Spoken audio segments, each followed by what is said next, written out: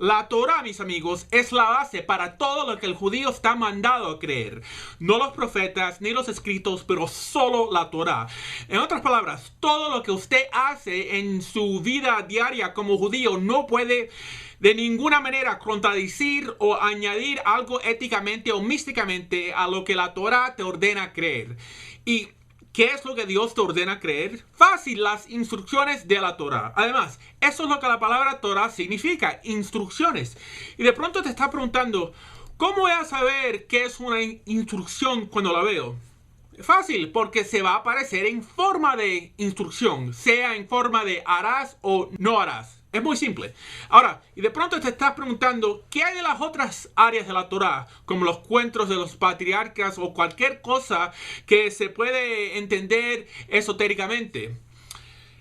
¿Algo como esto puede estar mandándome algo a creer? Y, mis amigos, la respuesta es no. Y la razón que pasajes esotéricos o escondidos en la Torá no son aplicables para formar doctrina, o en otras palabras, lo que Dios demanda a alguien creer, es debido a la interpretación subjetiva que un pasaje como estos produce, que nunca podría servir como una fundación sólida y suficiente para formar doctrina o teología. Y además, el Todopoderoso dijo en Deuteronomio 29:29 que lo escondido es para Dios y solo las cosas reveladas, el Pashat, es para el hombre. Explicándonos que si él no está diciendo esto en Deuteronomio, él está afirmando que existe dentro de los 5 libros pasajes que no se pueden usar para construir doctrina. Así que, en otras palabras, solo se puede utilizar el Pashat, el simple significado de los mandamientos, para saber lo que el Todopoderoso espera de nosotros y para formar doctrina. Y también, de perspectiva doctrinal, cuando dice Torah, solo se refiere a las instrucciones de la Torah. En otras palabras, en las palabras harás o no harás, y no todos los cuentos dentro de los 5 libros. Y por favor, no me malinterpreten.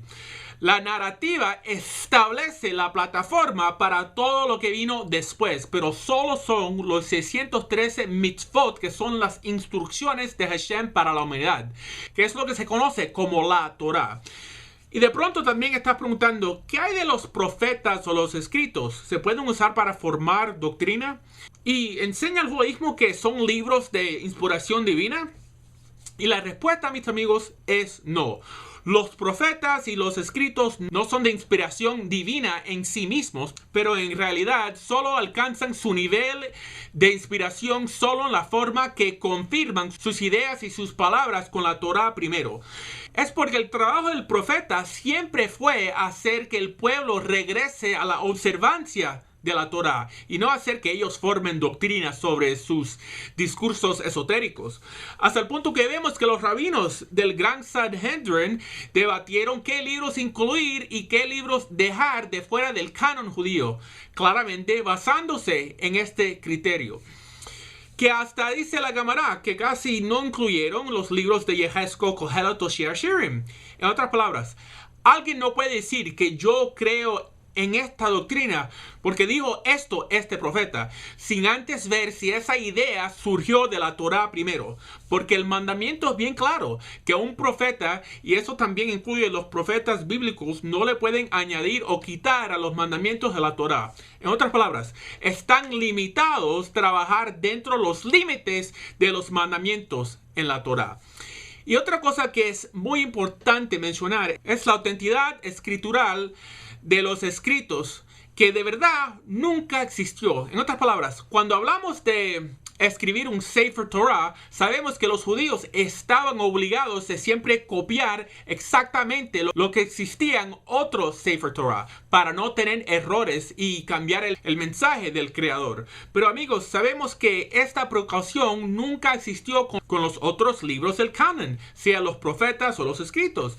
Y no es decir que los libros fuera de la Torah hablaban contra la Torah, pero solo que es importante tener en mente cuando estudiamos estos libros, estar cuidadosos, no formar ninguna idea que le añade o le quite a los mandamientos de la Torá. Porque otra vez, mis amigos, es la Torá que ha sido siempre nuestra base.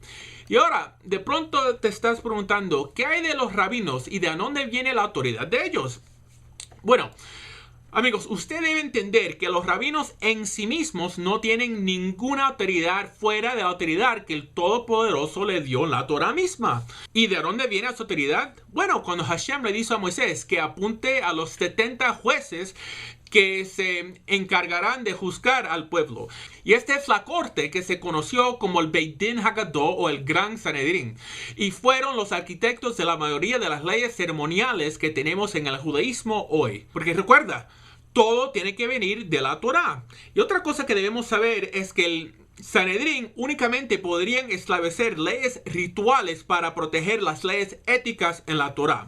En otras palabras, porque la Torah escrita es tan poderosa moralmente que no puede haber ningún mandato ético que existe que no tiene su fundación en la Torah Shebektav primero, y cualquier intento de mejorar lo que ya existe en la Torah solo resultará corrompiendo la fuente. Y además, esta es la razón principal que creemos que estos 5 libros son de un autor divino. ¿Por qué? Porque fue el primer libro que desató la revolución ética mundial. Y amigos, agrupados dentro de los decretos del Sanedrín existe la parte de la ley oral que fue recibida en el monte Sinaí con la ley escrita, que se conoce como Halakha Moshe Sinai. Y ahora también, estas son las leyes que de nuevo no contienen preceptos éticos, sino solo leyes rituales y ceremoniales. Así que de acuerdo a la Torah y también el mismo código de ley judía, los preceptos del Sanedrín son los únicos mandamientos rabínicos que estamos mandados a seguir, y no las opiniones de los rabinos locales. Esto también incluye cualquier opinión de los Geonim, Rishonim o Achronim. Ahora, no es decir que no debemos hacerle casos a los sabios que vinieron después del Sanedrín, pero solo que no hay ninguna obligación que dice que les tienes que seguir sus palabras específicamente, y más si sus enseñanzas contradicen la Torah.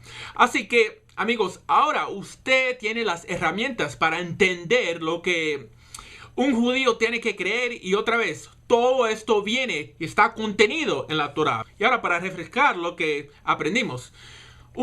Toda creencia doctrinal en el judaísmo siempre viene de la Torah. 2. Torah significa los mandamientos de la Torah y no las interpretaciones místicas de la narración.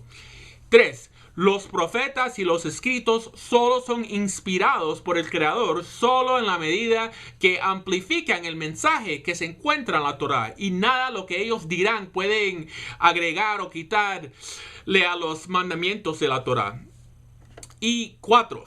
La ley rabínica solo son las palabras de Chazal o aquellos que sirvieron en el Sanedrín, y ellos fueron los únicos rabinos que Dios en la Torah nos mandó a seguir. Y dentro de la ley oral existe la porción que fue recibido por Moshe Rabbeinu con la ley escrita, que el Rambam lo limita como a 30 leyes y unas clarificaciones escriturales. Y amigos, si nosotros nos mantenemos fieles a estas normas, será imposible caer en una secta o cualquier movimiento erróneo. Además, usando este estándar, usted puede destruir cualquier argumento cristiano. ¿Por qué? Porque sabemos que cuando los cristianos tratan de enseñar lo que creen, nunca usan la Torah, pero solo las palabras esotéricas de los profetas. ¿Por qué? Porque las palabras de los profetas son más fáciles para torcer, pero los mandamientos de la Torah son incorruptibles. Y como dijimos, es lo único que requiere el Todopoderoso de nosotros. Entonces, cuando el cristiano empieza a aplicar sus doctrinas, sea la Virgen que da luz, o Dios volviéndose en hombre, o la salvación a través del aceptando la venida del Mesías, pregúntale a dónde aparece el mandamiento de creer eso en la Torah. Y si no existe, Dios no lo manda. Si ustedes quieren saber más sobre vivir una vida judío y el judaísmo en general, por favor visite hacerjudío.org. Gracias.